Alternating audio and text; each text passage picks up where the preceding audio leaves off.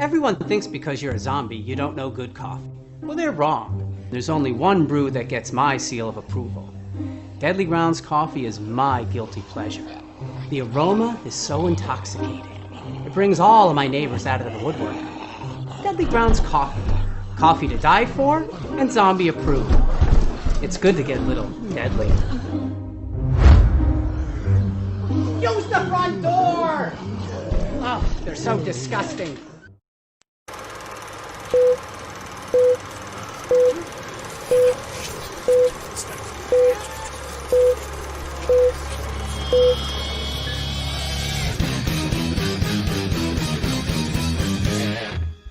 Hey everybody, welcome to another Wicked Horror Show. It's a very special edition. We usually do Tuesday nights. This is a Saturday show. But yeah, so as always, I'm joined by Tony. What is going on, people? And Tony, would you like to introduce our very special guests? I will. Before I introduce them, this is a movie that, I've been waiting for to come out. It's coming out Tuesday on physical media and everything else. I got to review it almost a year ago now, where you guys were pushing it for the, the festival circuit and whatever. But if you couldn't tell by the title of this, the movie's called Hacksaw, and we have on the director, writer, pretty much everything you could do in a movie. I think he did. Anthony Leone. Hello. Leone. Hey, Leone. What are you doing? Hello. What's up, Tony? What's up? Yes. And the main actress, Amy Cay. I think you were also part producer on it as well, correct? That is correct. Hi, everyone. So, you want to explain the movie a little bit, Anthony, or like what it's about and where the idea came from? Sure. It was actually, without giving too much away, it's a story about this couple who's driving cross country to go to the family and pretty much tell them a surprise that's going to happen for them in their future. And along the way, they decide to kind of detour off the course and go on this place that has been abandoned for some time, where a lot of evil things happened, and it's basically a bad idea. And then that's it. Very nice. And that, yeah. And it's there's some pretty gory gore in it. And so the version I saw, I think, is an older version, you were saying, Tony, right? Correct. Yes. Yeah.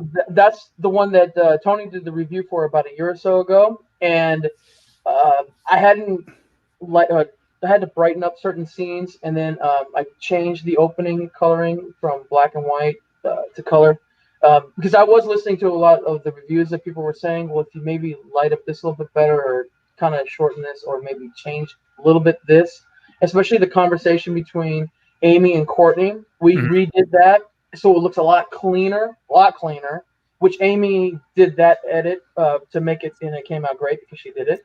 Speaking of Courtney, Courtney's in the chat. Hi, Courtney. Hey, Courtney. We were just talking about you in a very good way. Hi, gorgeous. Yes, we were. Yeah, She's we were awesome. saying how nice you were, and like how we met you at on the set of Death House, and you were very happy to see us, and it was very cool. So it was awesome. And it's always good to see Courtney in a movie. So it's it's great. And No, definitely. And the funny thing about Courtney, I actually met her 5 years ago. Yeah, 2015, when we did my first short film. So it's really great that she's been still with me, working together and working with Amy as well. Kind of like that John Carpenter thing, keeping the same tight knit crew along the way. Because if it works, don't try to fix it. Because you've worked with Amy a couple times now, right? So how did you guys come to be? Amy, you can. It's actually a funny story. So we used to work together at a mortgage company back like 5 years ago. And so we started, just talking, correlating with work. And I never actually saw him face to face because we worked in two separate offices. But long story short, we were just discussing work one day, and then we just got to chit-chatting. And he had told me how he was actually working on Assumption, and, talking about, how he likes horror films. And I'm like, oh my gosh, me too. Fangirl. Yay, this is awesome. And he had told me he wants to do other projects in the future. And I told him, just as a joke, I'm like, hey, you know what? You should put me in one of your movies as a dumb blonde that dies. And it was just like this whole joke. And he was like, well, actually, no, I might be able to use you. And so that's basically how we met. So just a funny joke that kind of just turned into real life. So it's kind of cool. And then when she said that, I was like, oh, well, we're going to put a shit ton of blood on you. A lot of blood. But no dumb blonde thing. We'll make her a strong badass in this thing. That's right. A lot of people. Yeah. So, but no, it was great. It pretty much started from there. Nice. So you did the short Baby first, right? No. Assumption came first. And then when I segued to do Hacksaw, then it went to Hacksaw with Amy. My first feature. And that was around 2017-ish. Yeah. And I mean, I didn't want to wait to do a feature because I really got into this trying to just start to write westerns and action type scripts. And I love westerns. And I just kind of segued to horror because I love the Texas Chainsaw Massacre. I think it's the greatest horror film ever made. Agreed. Are you a 1 or a 2 guy? Because I saw that you thanked Tobe Hooper and Dennis Hopper. I did. Okay, Tobe Hooper for Texas Chainsaw and Dennis Hopper for, this is so random, and I see why. Easy Rider. The road there. I love that. I love that wide open space and that look, and having scope, trying to bring in scope to the film.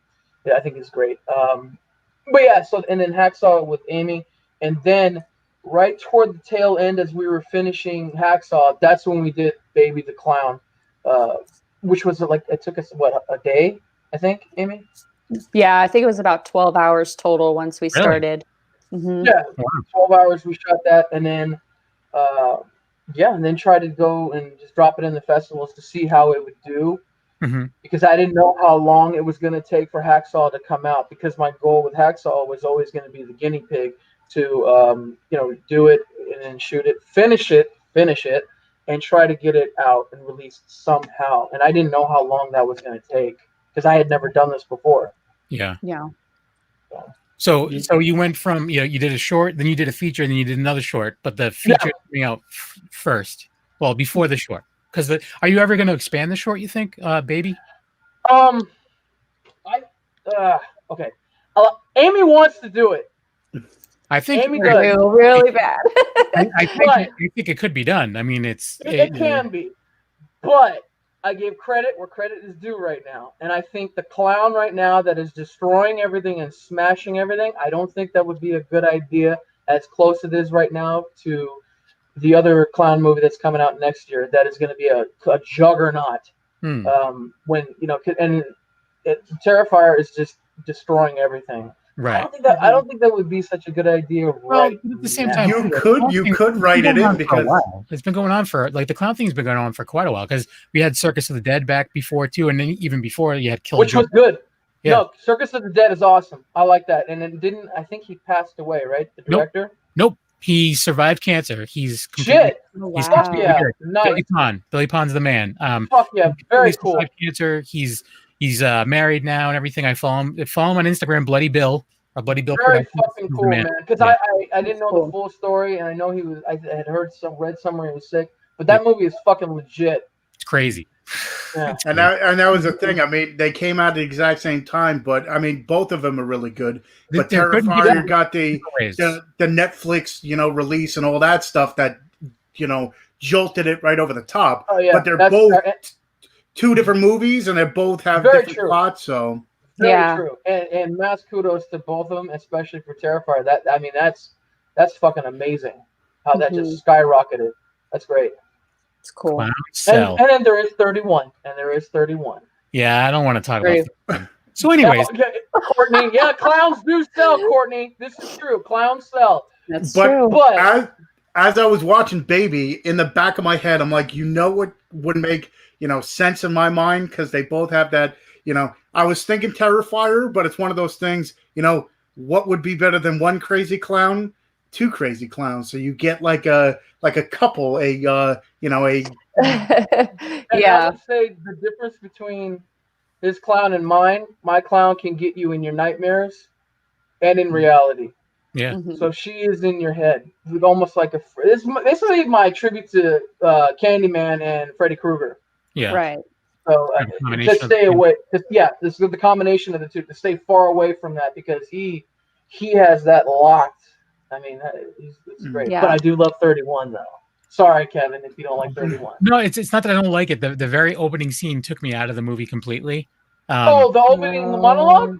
Yeah, Really? the monologue was delivered like perfectly. I thought it was great, but there was inconsistencies on the technical side, which really bugged me. Like, so if you look, he's got blood on his face, and depending on what shot they're on, it's in different spots. I'm like, movie right here. I'm like, this isn't like a tiny budget movie. Someone should have been, and it just bugged me. It took me out of it. I went to see the theater and everything. I was the whole time. I'm like, that's lazy right there. I don't know. Because Rob Zombie's another huge fucking influence. I love Rob Zombie's work. Yeah. Amy loves Rob Zombie too as well. Mm-hmm. I do too. But Clowns Rule just not 31. That's not 31, damn it. I was watching Lords of Salem last night, so that was good. Yeah, I mean, I'm a Rob Zombie fan too. Like, I kind of, I definitely give it a chance because I've been a fan of his music for like ever. Oh hell yeah! I grew up in the '90s, so yeah. My sister loves his music too. Yeah, so great. Really good live show, everything. So I don't know. I respect him, and he's also kind of local. He's from my area. Cool. Yeah. The CJ says happy. Hey, CJ! He's our effects guy. He's the one who did all the goodies in the movie. I don't want to mention the opening scene goodies because that's a little too graphic. But there's some graphic more in the beginning. Just a little bit. So at least does the gore go to you then, Kevin? I'm sorry? The gore. Oh, the gore was there for you. It was enough gore? Oh yeah. I'm not like a gore fiend anyways. Like if it's there and it's done and it's good, I'm cool with it. If it's minimal, I'm fine with it too. I love a lot of classic movies and a lot of that's virtually gore free. But the thing I liked is, I guess it all depends on the movie and what it brings, because you get some movies where it's like you get the gore right in your face, and that's what this is. It's not like hidden. Like sometimes it's like implied gore where it's like, okay, they'll bring something and then you'll see the blood splatter. You won't see anything else. But this is the exact opposite, where literally it's like I don't have to question what's going on because it's happening right in front of my face. But at the same time, too, if it's right in your face and it's not done well, then it really bugs me like the opening one. But if it's done good and it's not like, I'm fine with it as long as it's done good. You don't see like a hand like squeezing a pump or something in the background. Oh, geez, no, good Lord, no. Yeah. We tried to make sure that I'll look for it and I'll find it and I'll say something about it. That's funny. Yeah. And one of the big guys that pumped that as it pushing the violence. I mean, obviously, I love Rob Zombie movies, and they have to be graphic, but if it makes sense to what's going on. But the producer of the movie, my buddy Luke, who is pretty much on all my stuff that I work on, when we're getting close to finishing, and we were looking at the cut, it wasn't as violent as what it is right now, what you guys have seen. And he had said, you as a diehard fan of the genre, what do you love to see all the time? I mean, what do you like to see about these hardcore like slasher films? And I told him, well, I mean, the ones that go balls out and don't hold anything back. Okay, so you do not want to make sure that you disappoint people, especially your first outing. Show them what they like about the genre, especially if this is that type of film. Right. So, yeah. Makes sense. Sorry. I was just going to ask how long was the process, because it looks like you were working on this one for a couple of years. Do you want to maybe just talk about that? Like, so you made that. What was the first one you made with Amy? I'm sorry, you said what it was called. The first one I did was with Courtney. Was Assumption. That was the elevator one I did. That's on YouTube as well. Okay. Then after that, 2 years later, then I started doing Hacksaw with Amy. Because she just jumped in and said, fuck it, let's do this. Mm-hmm. And from 2017 to about late 2018, it took for us to shoot it. But we had to schedule every other, like several months, we'd come together and do this. And then I think it was maybe early 2019 when we finished up the ending of the film to really give it an ending wrap around to have a nice kick at the end. Yeah. Yeah. So it did take some time. So yeah, I mean, it's a cool story, and it's something where I'm curious to see the cut that's getting released to see how it differs, because you said it just changes. So I'm just curious to see that. So I don't know, maybe we should play the trailer. You want to do that? Yeah, that'd be great. Yeah, let's do it. All right. So, Amy, why don't you introduce the trailer for it? What am I doing? Oh, what am I saying? Hi everyone. Throw me off guard. We're getting ready to air the Hacksaw trailer coming out January 5th. Let's take a look.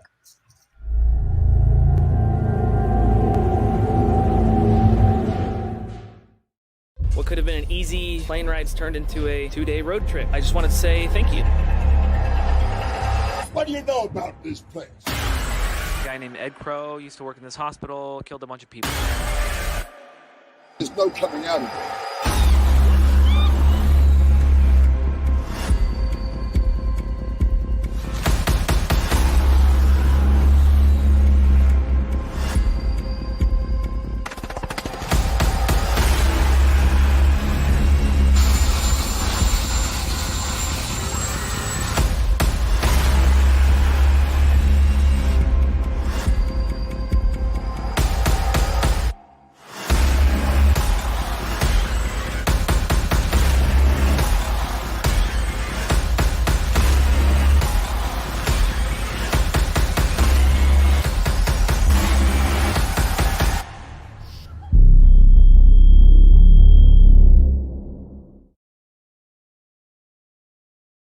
There you go.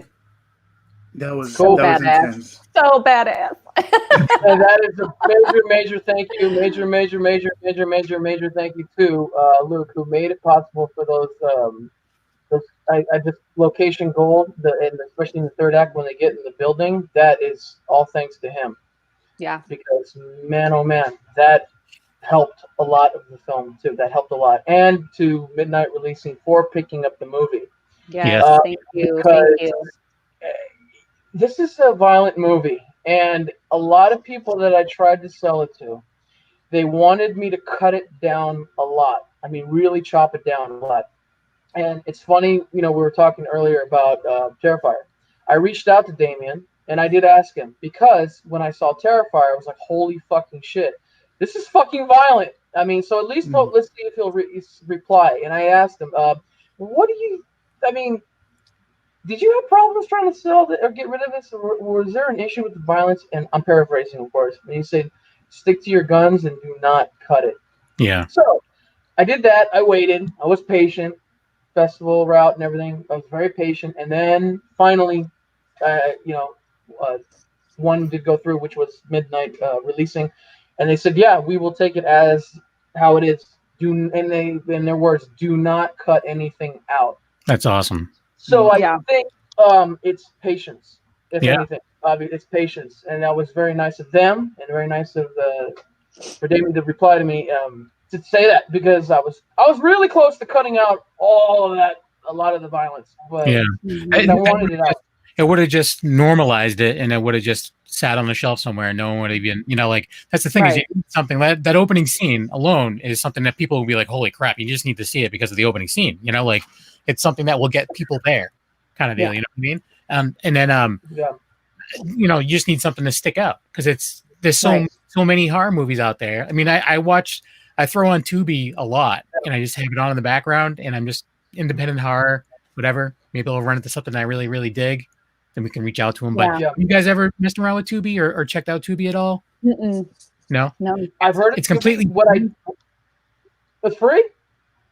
It's completely free. But from what I'm told, from other independent directors and filmmakers, is that they have the best payout, like compared to Amazon and like some of these other ones. So if it's something where you got a film that's not in distribution and you need to put it somewhere, from what I understand, like there's a movie, Don't F in the Woods, and they're making more money off. Yeah, making more money on Tubi than they are on Amazon or anywhere else that it's Wow, Interesting. Yeah. that's cool. Tubi. Yeah. That is very Check that out, okay. yeah. Thank you for that, at. Kevin. They play No, commercials. that's They put commercials in the movie. That's what it is. So you're making money off the Okay. commercials, but it's free. Like, so you get your Oh, stuff yeah, in no, there. More people can see it because they're more apt to. That's awesome. Yeah. Let's check that Plus, out. I don't know about the Sorry, go ahead. Shudder. Sorry. I was going to say Yeah, Shudder. I have that. I That's don't the know one I how. have that app. Yeah. So it's one of those things. I don't know if they, have. I don't think so because They're some of the through movies. AMC. Yeah, they're through AMC. So like it's all part of that parent company. So it's Mhm. yeah, they're a little like I'm sure more difficult to deal with because of the AMC thing. But okay. anyway, so you said this is getting released on what's the date? Because the audio for the show is going to go up after the fact, so people can when they're hearing this, they'll be able to go to their local Walmart, not Walmart, For sure. local, Yeah. go wherever. Do you know where it's going to be sold? Yeah. As I've been in the information that they tell me, Midlight tells me that Amazon Prime, it's on there right now. You can pre-order the DVD now, but it will be out Tuesday, January 5th. Also, I've seen that it's available on iTunes as well. You can get that as well through there. Where else, Amy, did we find it? That they sent it to us? DirecTV, Comcast, Dish, all of the on-demand.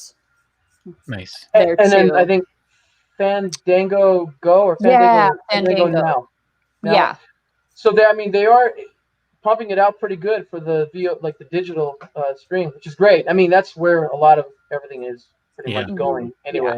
Yeah. So I definitely want to check it out, the other cut, because there's a scene with Courtney that you said is changed a bit. Yes. One of the things that I did do without getting offended by people, giving me their input of the film, like, you can't tell me what to do. I'm leaving the film. But they had mentioned if we could clean up the scene with Courtney to make it a little bit more clear. We redid that. Thanks to Amy. She, who's doing great at editing right now, far better than I am. She cleaned up that. We redid the scene. So that's there. The opening, people had an issue with it, with the black and white, and it would change the color. So I kept it all in color. So it looks even more violent. Yeah, that's Way funny. more Sometimes violent. black and white will make it seem like, okay, this happened in the past kind of deal, but I don't know, pushing the violence that I don't know, maybe color is the right choice, because it's like, Yeah. this is brutal. All right. The color transfer is like, what the hell? Okay, that's fine, no problem. And then another reviewer had a comment about some areas that are a little too dark, so I turned on the lights a little bit in the edit. That was about it. I listened to even everybody's suggestions who reviewed the film or people that I screened it to. I needed to take in that information, and I did. So Courtney's saying that her scene happened on the phone, so it's through like Zoom or something like this. Yeah, right? yeah. Courtney sent me her footage and everything, and then we just incorporated it, and then Amy acted it off of her clip that she sent us. Yeah, you guys did another short that is kind of similar in that way. Oh yeah, Kirby. Yeah. Yeah. Amy went to that was comedy. That was my stab at comedy, to kind of turn a little left a little bit and not just horror. Because I love all genre films. I want to eventually one day, it would be nice if I could do a Western. That would be fucking gnarly. Yeah. But the comedy and Amy, she edited the whole thing. And she did all the her camera work, everything. Well, that's all Amy. So that was really great. I thought it was funny. It was goofy. Yeah. Fun. It was funny. It was so funny. You want to talk about that a little bit? Because is that one available for people to check out now? Yeah, it's on Vimeo. Okay. Yes, I believe it's on Amy's page, her Vimeo page. Yeah. And that's the straight comedy. We got Amy's in it. She's through the whole thing dealing with these crazy people acting during a quarantine. And Felissa Rose is in it. She pops in as a cooking lady. Yeah. And then Courtney, just a very nice treat.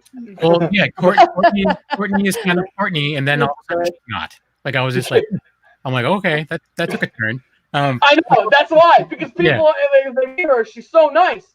But then when they see that, they're like, holy shit. Yeah. No, that just shows good acting right there. That she can. That's right. She's as nice as turn she it is. on. Exactly.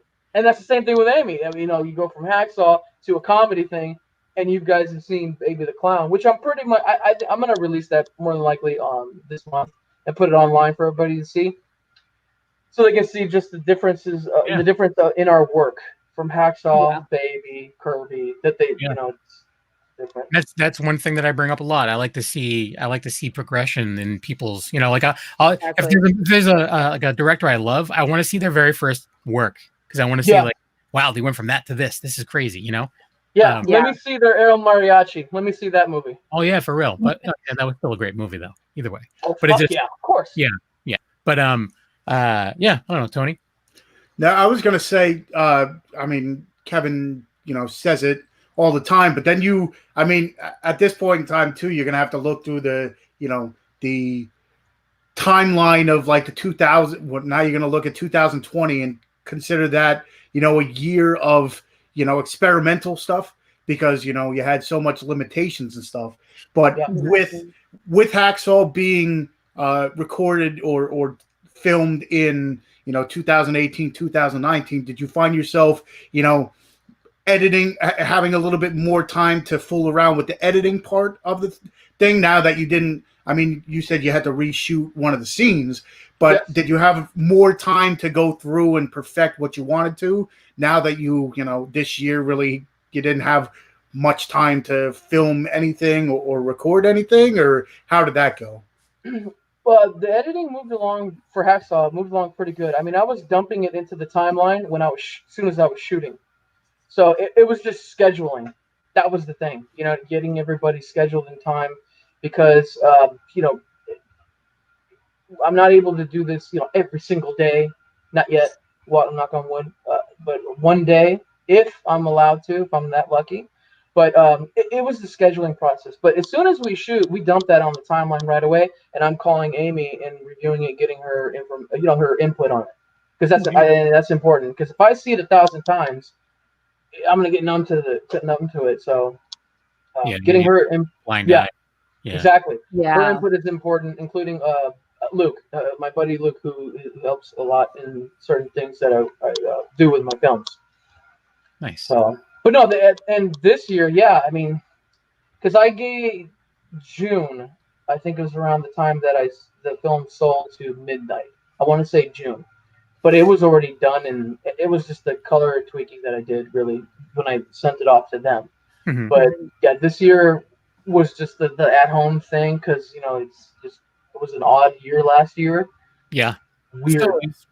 Yeah. Oh no, it's not going anywhere. If people want to be in La La Land and all the rainbows and sunshine bullshit's gonna go away like a fart in the wind, that's not gonna happen. It's gonna take a little bit of time, Jack. Yeah. It's all right. It's okay. It's all love. The amount of people that don't even think this is real is crazy to me. But anyway, I'm not going to get going on that. That's funny. Yeah.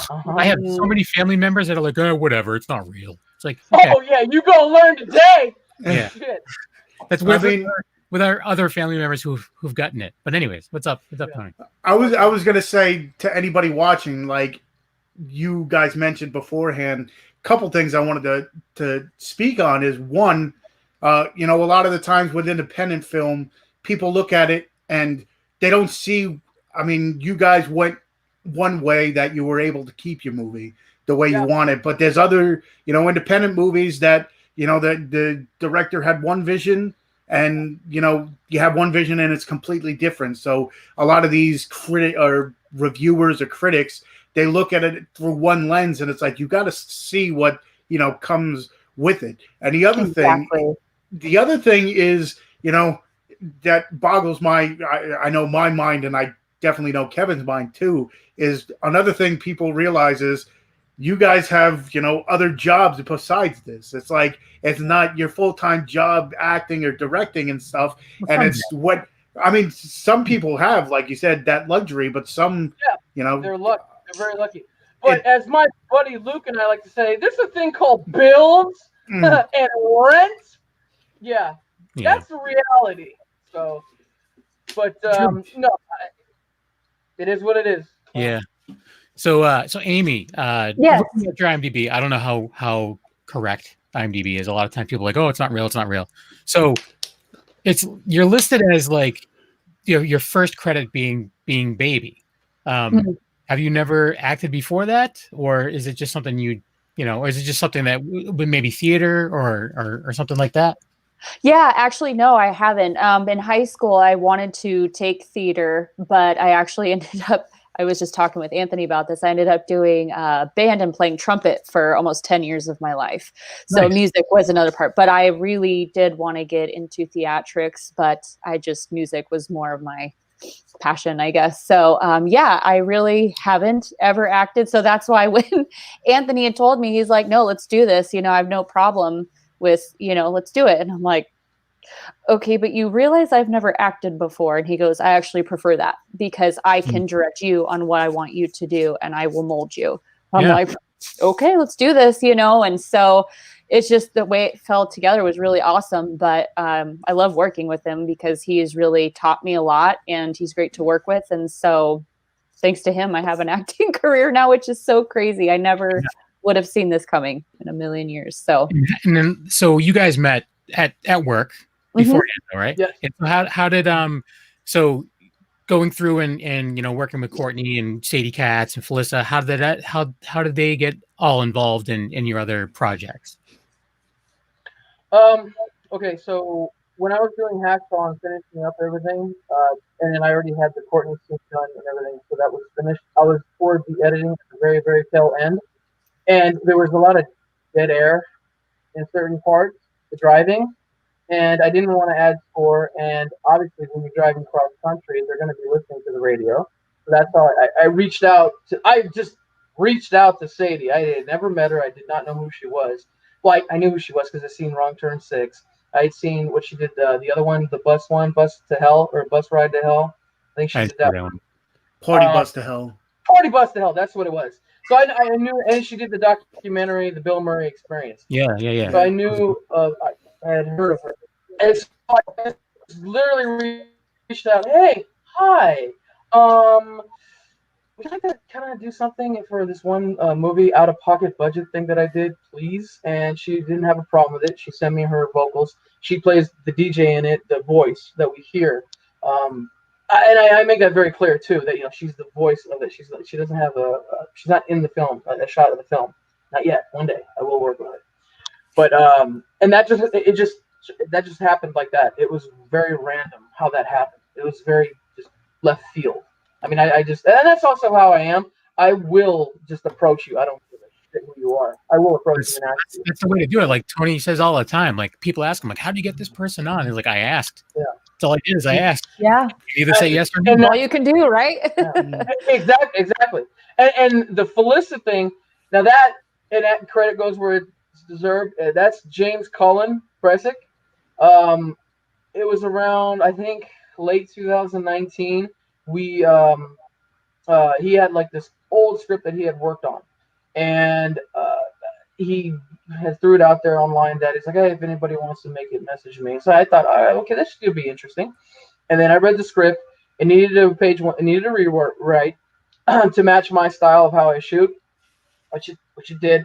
And I wrote something in for a mother role, but a sassy mom, a fireball. And I mean, I was watching Sleepaway Camp at the time, and when I was writing it, and then also watching Day of the Dead and Friday, and and I was like, oh, well, I wonder if we can get that. Well, that might be possible. And then I asked him, is it possible to get maybe Felissa? Yeah, sure. Here's her number. Just ask and all that stuff, and then I'll reach out to her, and he did. And that's how that happened. So I thank James Cullen Bresic. Thank you. That's how I met Felissa. And I was able to do this. I went to LA because my sister lives out there in that area. And I was able to do the scene. It was just me and Felissa. And I did the sound, I did the camera and everything. And then and we were going back. We did the test and all that stuff for the scene. And that was an experience. That was for a different film that's coming out way, way, way, way, way later. But I was nervous as shit because I had never met her before. And but when I got to meet her, and then I talked to her. She is so nice, and she was very nice to me. And I know you guys have met her and talked to her a lot, and you guys know that she's amazing. She's so funny. She's like hilarious. Like I know her from conventions more than anything, and like she remembers you, and you walk in, she's like, "My lovelies," and she'll come over and give you a hug. Like she's like the nicest. Like it's weird. Like there's so many people that are like, "Oh, you scare people for a living," but you guys are like sweethearts. Like Courtney, even Kane Hodder's a sweetheart. It's weird. Like Tony Todd. Kane. See, Tony Todd. One day, I know I will work with that man. I'm going to work with Tony. I just brought it up on the last show. I'm going to bring it up again just because he's awesome. This was years ago, but I told him at a con that I like to go to plays every once in a while. Like me and my wife like to go to plays. I live in Massachusetts. He was in a play in Hartford, and he remembered and invited me to the play. And I went, and he was waiting for me in the lobby. And then I was like, oh, I don't want to overstep my boundaries, kind of deal. But how awesome is that? Like that's so cool. This is a dude that like whenever there's a big change in my life, like whenever like if I start a new job or whatever, I have nightmares, and it's usually someone shooting bees out of their mouth, and it's because of Candyman. It's crazy. But so now Amy, you're kind of rubbing elbows with these horror icons in my eyes. Yes. So how is that being a horror fan, and now you're in these movies? You're in a movie with Felissa. You're in a movie with Courtney. Like how is that for a horror fan stepping in? It's amazing. Honestly, I haven't got to meet actually a lot of them, so I hope one day I can meet them face to face. Definitely really looking forward to hopefully working with Courtney in the future. I admire her a lot, and I'm really excited. Hopefully that will happen, and definitely want to meet Felissa because just seeing her at Kirby was just so funny, and it's really cool. It's surreal, I guess. I'm honored, really. It must be. It's cool, and it's one of those situations where like I look at an IMDb and I'm like, okay, what did she do before this? And I'm like, oh, it just says baby. I'm like, that can't be right because in baby as well. I'm like, you couldn't tell. Yeah. If it was me, I would be like, I'll just be staring at the camera, being like, huh? Like, huh? Yeah. I don't know what I'm gonna do with my hands right now, but my hands are moving. Look at that. Oh, so awesome. I see Courtney right there. Oh, she wrote something in the podcast. Courtney! I'm not talking loud. I'm all just talking in caps. Yeah, caps. But it's one of those things too. Like Kevin was saying, I wouldn't have been able to tell that Hacksaw would have been your first, full length acting, because it looks like you had it, years before. I mean, sometimes you'll watch and you'll be like, oh yeah, it's my first. It's like, okay, you seem a little nervous or something like that. Like you could tell, but with yours, I wouldn't have been able to tell. Yeah. Oh, look at this. Another comment. Amy and I will work together next year because Anthony makes shit happen. That's right. Courtney. Courtney. No pressure, Anthony. No pressure, but it says next year. Well, next year, do you mean next year like 2021 or 2022? No, good idea, Courtney. Yeah, 2022, next year. Exactly. I agree. Don't pressure me. Yeah, no, I'm joking. She's That's sweet. funny. She's great. No, I definitely. It's time. Yeah, eventually, if it's time. Eventually, you floundering back and forth. If the timing's right. I mean, yeah. Good God, then I'll have Courtney yelling at me. Stop yelling at me! Yeah. I can't imagine Courtney yelling at it. Well, unless it's in the script. But I could be completely wrong. I could be completely wrong. I don't know. I'll get her to yell at me. She'll go crazy. Yeah. Oh my God! No, Amy knows. Yeah. So when writing Hacksaw, did you know exactly how much? Oh fuck, 2020. Yeah, it seems like it is 2021. It was New Year's 2 days ago. Stop it, Courtney.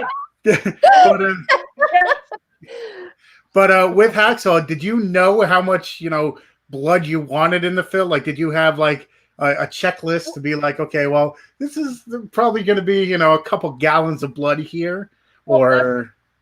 In the beginning, like at the very opening beginning of 2017, I mean, I had that opening scene was done. before I dived in with Amy a lot to do all the road trip stuff and everything. So I had that, and my buddy Luke had said the same thing that you had said, Kevin. Is like the fucking opening. Yeah, that's an opening. So then he had said, I think you're gonna kind of lose people if that's it, if that's the trick, or if that's, the rest is just gonna be easy sailing. So yeah, as his suggestion, I think you should turn it up, which we did, and CJ came on to do that, and I think it was great. He did the math. Did CJ do that whole beginning thing too? Because I'm like, where do you even go to get that? Like, do you? No. That was actually a makeup artist down here locally where I'm at in San Diego, Renee Rhodes. That's the opening makeup work. So that was cool. And then CJ did the. Yeah, what was your name again? Because it did cut out a bit. I'm sorry, her name is Renee Rhodes. Nice. And she did the opening makeup stuff. And from the middle to the end, that was CJ's work. And then he did my lovely pig mask thing right here. Oh, my nice. nod to Leatherface. I love his makeup work. It's getting so good. He's evolving. He's getting so much better.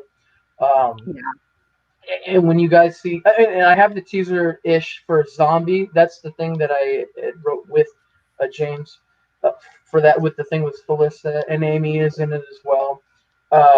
His makeup, you could tell, is just making a jump. He's getting a lot better from Hacksaw to Zombie when that comes out, probably 22, 23. That's going to be a while. Courtney was asking if y'all did location scouts. I do jack shit. What are you talking about, Courtney? She likes to pressure me. And then, it looks like CJ shining elevator scene, amounts of blood is what I was. Oh, yeah, that's CJ right there. There was, and then CJ, and the blood that you see, my buddy Luke, he fabricated the fucking blood. And Amy will always have that taste, that memory. I was going to say, we have a story about that, but please. You can take it over, Amy. You finish it. You finish it. I'll say the first half. Yeah, so Luke made buckets and buckets and buckets of fucking blood. Because I showed him a clip of the Evil Dead remake, even though the originals are the shit and the remake, it is what it is for the remake. But I told him, yeah, we need that amount. We need a lot. And he's like, okay, that could work. Mm-hmm. And then Amy came on set that day. Mm-hmm. Amy. And he had said, he's like, well, there's just going to be a lot of blood. I'm just letting you know. And I had just gotten accepted for a new job as a front desk position in a medical field, in the medical office. So I told Anthony, please do not, red and blonde does not go well together. Don't fuck up my hair. Don't do it. And, oh, no, you're fine. It's fine. We'll do it. Oh, yeah. This hole right here. So we do the one scene. I don't want to give it away, but you already know what I'm talking about. And just covered. And I'm well, too late now. I guess I'm going to go get some bleach. And I had to, for a week, put my hair up because it was stained red. I mean, my clothes, everything just destroyed. I've never felt so gross in my life. I mean, getting on the floor with all, oh my God. I was like, Anthony, you owe me. You owe me so big right now. I was going to say, did they like warn you about it beforehand? Because at that point in time, I'm like, there's blood and then there's blood, like, it's like there's different levels, and it went from like 0 to 100 in like a few scenes, and I was like, okay. Yeah. Well, right. And I knew, but it's just because we had the one take for that one scene. Oh, good to know. Shaving cream gets blood out. I don't know that. That's not giving you any. Not on my set, young lady. Not on my set, young lady. But on that scene, though, I had no idea. Like, he had warned me, but that one scene, I'm talking about is just, this is the one shot we're doing this. This is it. Okay. And then I just remember being in the scene and I just was thinking, my eyeballs burn because of blood in my eyeballs. And oh my God, my hair. And I just keep going. So in that scene where I look kind of pissed, like, it's because I was really freaking mad, and I'm like looking at Anthony. I was like, I'm not acting now. I am super pissed. She was fucking heated, but it looks great. It's in the trailer. But it looks great. It's that look. hair. It's fine. Yeah, it was so cool. Also, Courtney called you guys out. You fuckers told me when I sent you the naked guy in the airport. Oh my you said you were god! on vacation scout for a new film. I have no What's idea that- what what's you guys that are all talking about? Courtney. Courtney's talking shit. That's all she's doing. In cat. She's being cute right now. I don't know what she's talking about. I don't know. Then actually, I- Eric's Productions, we just had them on a couple weeks ago as well, asking, did you come up with the kills first and then write around that, or did you let writing the story dedicate the kills? Or dictate. Dedicate, Jesus Christ. All right, so all right, guys. So what I did, I had the opening written when I wrote the script, which was a while ago, like 2015, 2014, when I wrote it. That had different drafts, and the only kill that was different was the ending. That right before something happens before the credits. You see the title of the film. You guys know what I'm talking about. Mm-hmm. Yeah. That was added in. That was a lot of help from my buddy Luke and Amy as well, suggesting we need a bookend. We need to get him one more time. Yeah. So the kills were like inserted into the story. The story was already there. Yeah, it was there, and then there were other. The only one that was added last minute really was that thing. That one. The thing. Yeah. So no, that's good because some people just like are going to figure out like a bunch of cool kills and just put something together around it, which sometimes may not work. So that's a good approach. Yeah. I would. We mapped it out really good and then prepped it really well with CJ and Luke and myself, mainly CJ and Luke. They prepped it really well, and because they wanted to see, okay, he has it written like this on the page. Okay, we can do it this, and then my buddy Luke, we just need to amplify it a little bit more blood. And I'm like, that's great, even more blood. Yeah. So, which is good. That's a fun scene. That's a fun. Yeah, that was intense. Yeah. So, Courtney, if you think that shaving cream is going to help you and save you from an experience with a horror film of mine, oh, you're going to learn today. Well, in her defense, she also says she hasn't even seen Hacksaw. So. Oh boy, she's going to be like, oh, that's a lot of fucking blood. Why would you do that? Well, she's been in movies where she's covered in blood. She's used to it. Yeah. She has. Yeah. I see everything, so I'm trying to think right now to that level. I don't think she's been covered in Evil Dead amount of blood. No. I don't think it. Not too many movies. No. Can't say that. That's a lot of blood. You talking about the remake? No, the remake.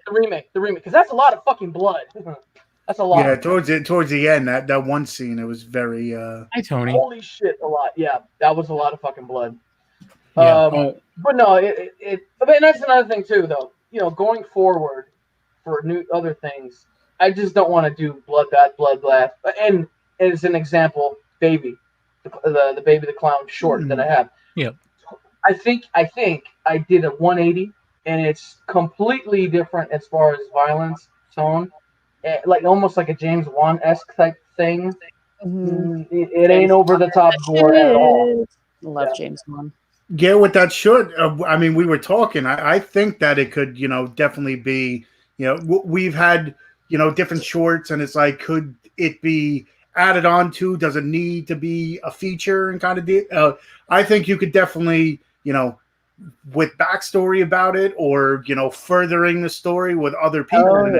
I think it could definitely expand, because at that point in time, it's one of those things where I'm never into. Well, can't say I've never not into, but certain horror movies. It's like Paranormal Activity. It's one of those things where you see it once and then you don't have to see it again unless you watch it years down the road, because it's like, okay, it's jump scare, but okay, I know when it's coming, and it's like, all right, well, that I still watch movies that I know exactly where the scare is every time.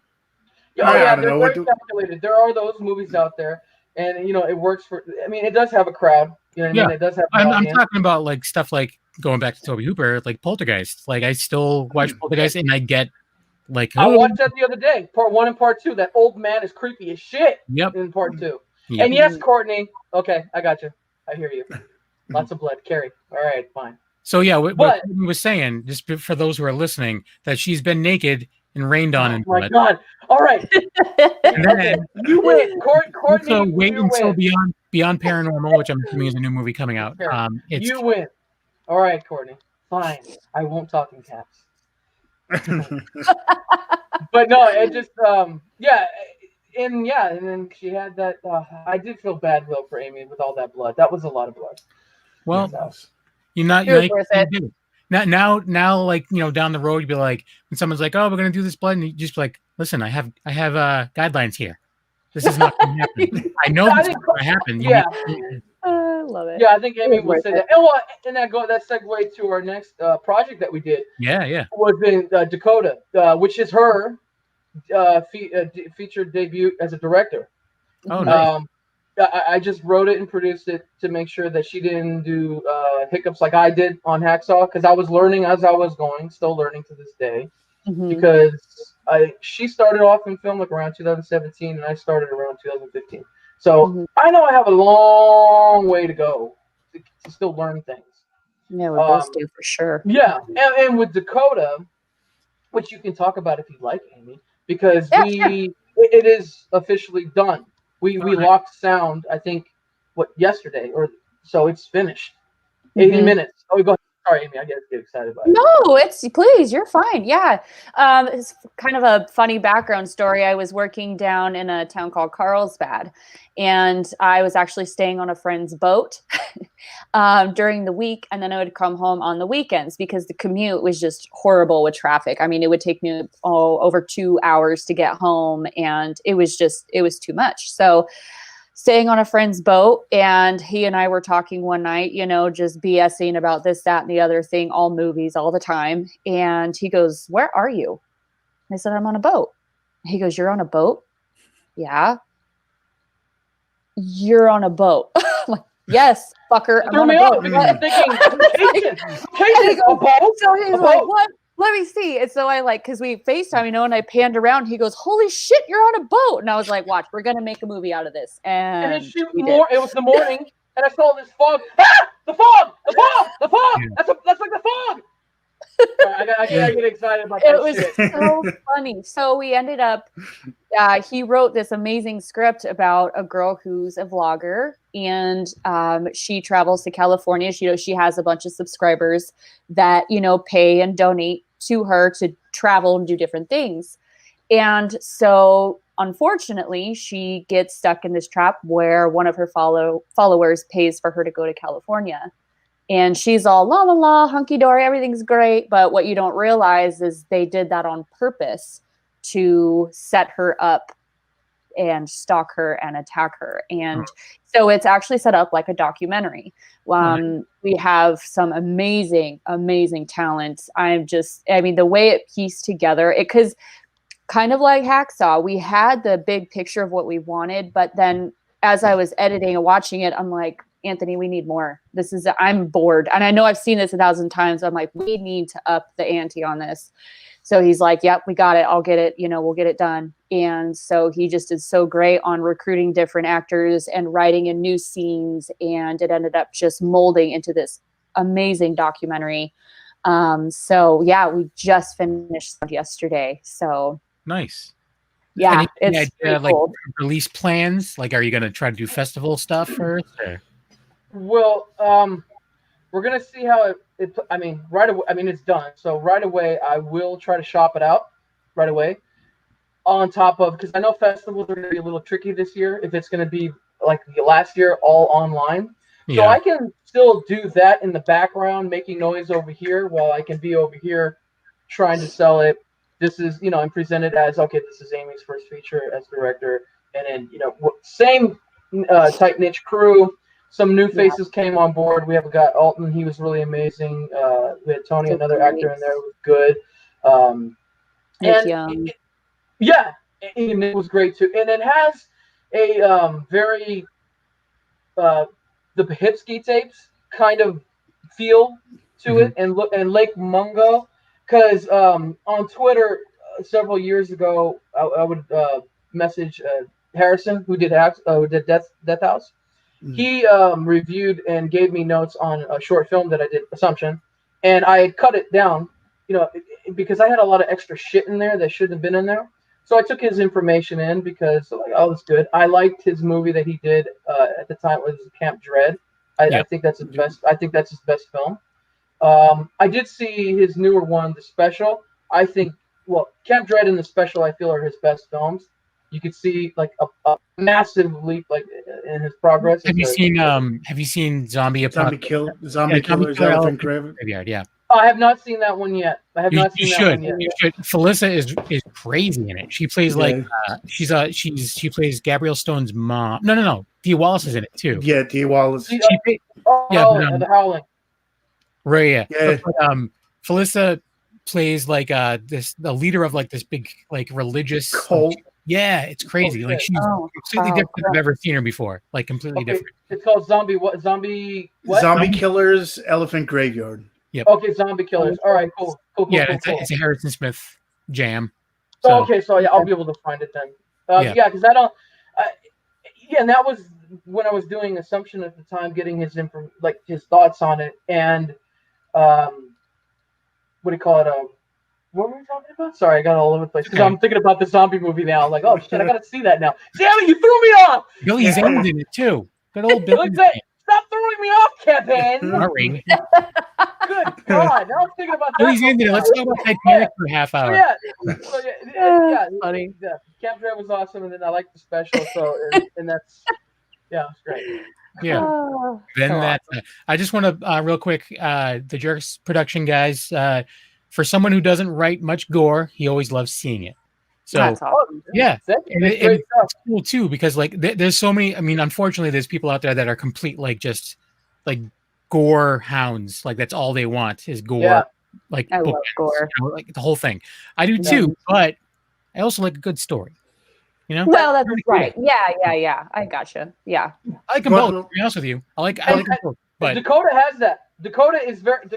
I think after seeing the final cut the other day, it's very different than Hacksaw because it's not blood, gore, gallons of gore. It is very documentary-esque of how it was cut, how it is, and the detective stuff, how it goes. To this interview with these detectives. That's what it was for Harrison. He suggested Lake Mungo. I had never seen that before. So it's I saw so Lake good. Mungo. Lake Mungo. So the Lake Mungo movie that is like a documentary. Check it out. He like it. He had brought that up on Twitter. Do you know where it's at? Like where you can see it? Amazon Prime. That's where we saw it. I think, Amy, right? Because we had like a lifetime viewing. Yeah. Mm-hmm. That's what it was. You did not sidetracking. So circle back. Harrison's the man. When we were like doing a bunch of stuff with Death House, like he had a horror 101. It was like 101 like movies that influenced horror. I remember that. And the 13th Wolfman and I were trying to review all of them before Death House came out. We gave up. Remedy. Yeah, we gave up because I'm just like we did that's a lot of fucking horror films. We did a lot of them, but it was like that's a lot of fucking movies. Well, yeah, we watch movies we watch horror movies all the time, but it's just like okay, we get this one and whatever. Mm-hmm. And I don't know, I just don't have time. But no, and that's true. Exactly.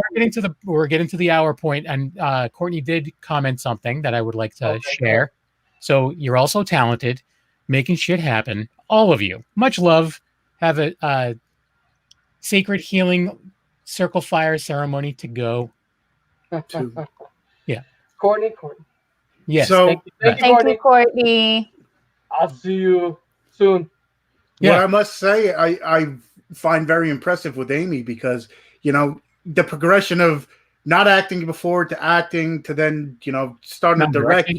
Usually it's one of those things where we have people on that are like, okay, I've have 20 movies under my belt, and now, I wanted to try something, new. So I took that next step into directing. You're like, I'm just trying everything new to start with, and took that ladder like super, super quick. So yeah, it's cool. Well, and I have to give credit to Anthony because I wouldn't have gotten where I have without his guidance too, and we've talked, and it's like, well, you're only this age for so long, 10 years from now, I mean, unless I age gracefully like Felissa Rose, you know, I may not be able to be in movies, and maybe it'll be something where I'm behind the camera and we're working together. And that is our long-term goal, you know, him, myself, Luke, and again, how he talked about how we have just this close niche group, and it's so awesome. So yeah, crazy weird, but I'm so grateful and just honored. So thank you guys so much. Nice. And then the 10-20 film thing. I don't care if it's an hour, Kevin. I'm going to keep on going. Well, so we're at it's time to wrap things up. How about that? Oh, come on, man. So just real quick, just so everyone knows, you said it's on it's going to be on Prime, it's on iMovie, and not iMovie. iTunes.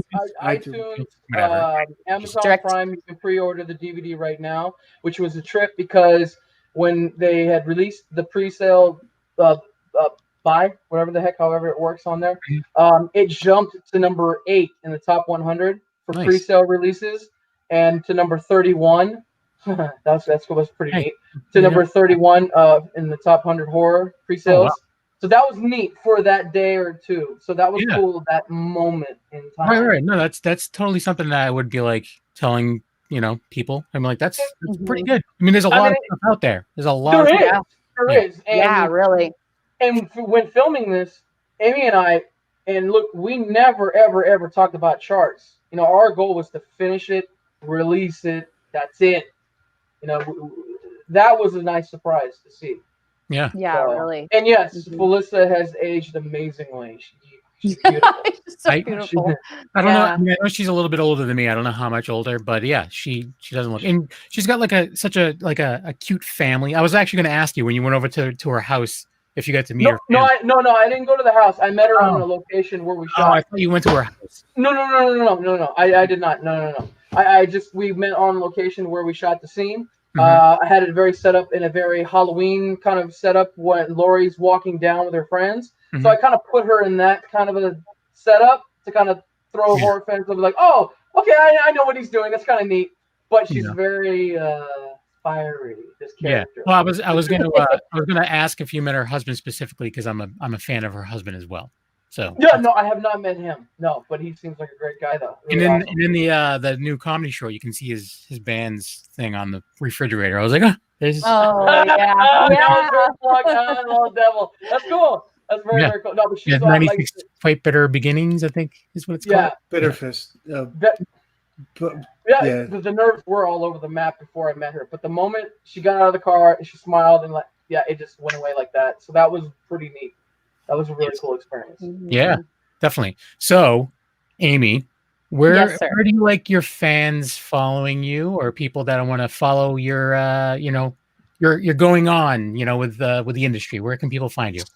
On Instagram at Amy Cay Model and Amy Cay Model on Facebook as well. So I think it's the same on both. But yeah, at Amy Cay Model on Instagram. Nice. Preferably. Yes.